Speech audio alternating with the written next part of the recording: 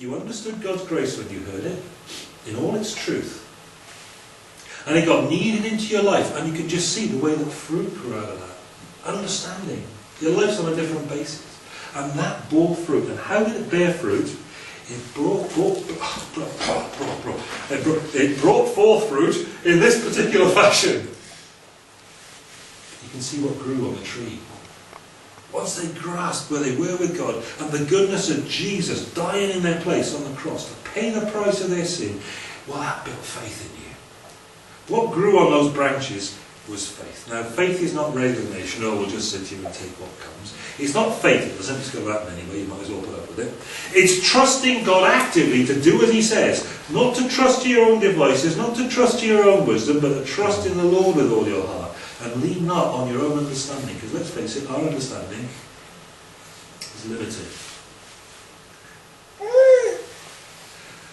Now, of course, the Colossians faith gets mentioned first, because until you've trusted your life to Christ, and your death to Christ, I suppose, you haven't set out on the Christian life, you haven't started, you haven't been put right with God. Until you've trusted your life to Christ, turned from sin, trusted Christ, then there's no start to Christian life. There's nothing in Christianity until you've taken God at his word and trusted your destiny to what Christ did on the cross to sort it out and put you safe with God forever. Faith. What's faith? Faith is Peter on the edge of the boat. Jesus is already walking on the water. And faith is Peter saying, okay, I'll let go of the boat.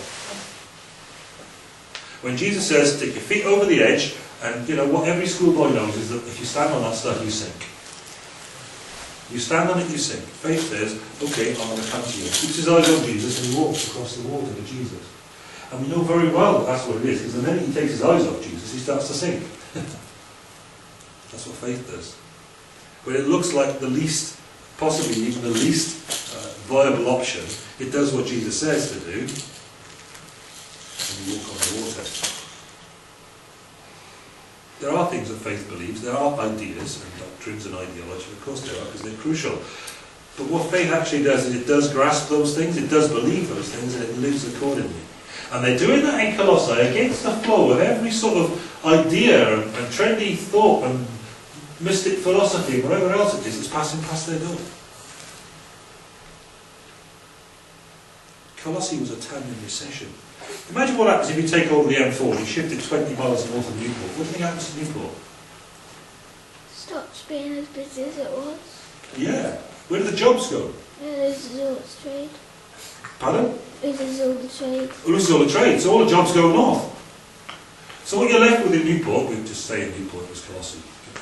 But what you're left down on Newport particularly, what you've got going on is the jobs are gone and the old people are left with their memories. And the kids have all gone. And all those churches up there in the north now, north of Newport, where the M4 now runs, okay? Up there now, that's where all the young people go. And all the churches up there are thriving because they've got all the young people. And they've got all the resources, and they've got all the, that's where it's happening. And down here now, poor old Colossae, things are a bit rubbish. Things are not so good. Colossae didn't even have any docks or natural resources the way Newport has to keep the trade alive. And it's all moved. All of a sudden, Colossae had nothing. Nothing except good drinking water. And do you know what? They were nipping that, shoving it in an aqueduct and taking it to Laodicea. Oh, that sounds like Midwest, doesn't it? The entrepreneurs had all upped and shifted. And the young left in droves, and the elderly got sad in their loneliness and desertion and wondering who's going to do the garden for them. Colossae suffered. Colossae languished. But the church that had grasped the grace of God in all its truth put their trust in God, that's called faith, and they fruited out in hope. Hope. Hope is when faith lays hold of the future and lives in the present now, like that stuff out there that's going to happen is true. Does that make sense? So I'll do it again. Poor old man, Joanne, he's had his flight and he's had his course, and I see you glazed over for that. Let me try it again. What faith does is it takes hold of what the Christian knows is going to happen in the future, and it lives in the now like that's true. That's what Christian hope does. They get hold of the stuff that already lies prepared for them in the heavens. Heaven, where no power or authority or cool popular philosophy or atheistic comedian can touch it. They lay hold of that. And Paul is keen to direct their thoughts. In fact, in Colossians 3 verse 4, it's the motto of my old Bible college many years ago, when we had it in Greek, to anophromete, set your mind on the things above. Hope.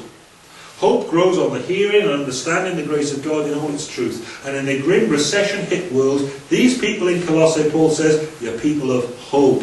What else does Paul appreciate and thank God for about them? Their faith, their hope, and their love. Now you see what we've got here is that well-known triad of things that Paul depicts growing on his faithful followers. Faith, hope, love. These three remain, says 1 Corinthians 13, the greatest of love. Agape. Practical expression of care and concern. And it's directed here to all of God's holy people. All of them. That's amazing, isn't it? Because that bunch up in, north, wherever the road goes through now, right? They got all our young people they've taken off us, but we've got a love for those people, so we love more. And they got all the resources, and they got all the happening things going on, and we're kind of pouring all our resources into them, and all our youth group, and all our kids that we bring through here, they just clear off up there. And they benefit. Yes, as Paul, against it all, I can see you've got love for all the people of God. Faith, hope, and love. And in times of recession, when times are hard, you haven't got the resources, you feel a bit pinched. See, you've got love for all the people of God. And it finds itself in practical expression. See, that's the fruit of having grasped the idea that we are nothing and have nothing and deserve nothing but the justice of God coming down on our record of sin and rebellion. But we've been treated graciously and lovingly and as we do not deserve, at great cost, by our God. That's the fruit of it.